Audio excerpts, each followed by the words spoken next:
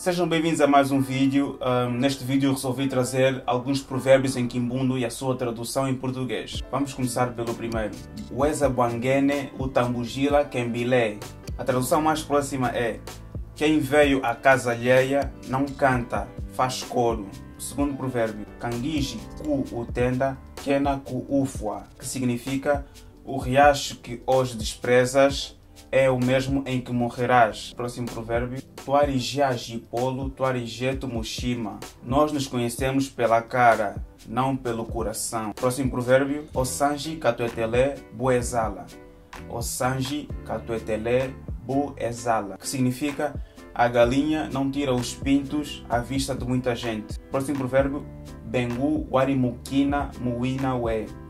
Bengu warimukina muina we, que significa: o rato é esperto na toca dele. Próximo provérbio. Wenda ni muzumbu kajimbirile. Wenda ni muzumbu kajimbirile. Quem anda com boca não perde o caminho. Quem anda com boca não perde o caminho. Próximo provérbio. Wabeta ombwa yakamba kamba wamobeta. Repetindo. Wabeta ombwa yakamba kamba wamobeta. Ou seja, quem bate no cão do amigo, no amigo bateu. Quem bate no cão do amigo, no amigo bateu. Próximo provérbio. Wendele mualaji kabwe masabisambi.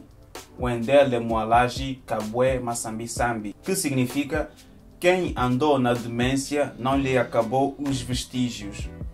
Quem andou na demência não lhe acabou os vestígios. Próximo provérbio. Uejiokulela kavuale mona.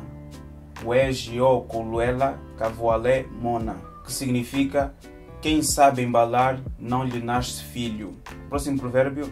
Renda se yavula ibeka njinda. Renda se yavula ibeka njinda, que significa: o amor se demasiado traz raiva. O amor se demasiado traz raiva. Próximo provérbio. Wanienga shitu nguma yashimbwa. Wanienga shitu nguma yashimbwa. Ou seja, em português: aquele que leva a carne é inimigo dos cães. Aquele que leva a carne é inimigo dos cães. O próximo e último provérbio é: Salapuku lokoso tende kupolo kamba kumushima nguma.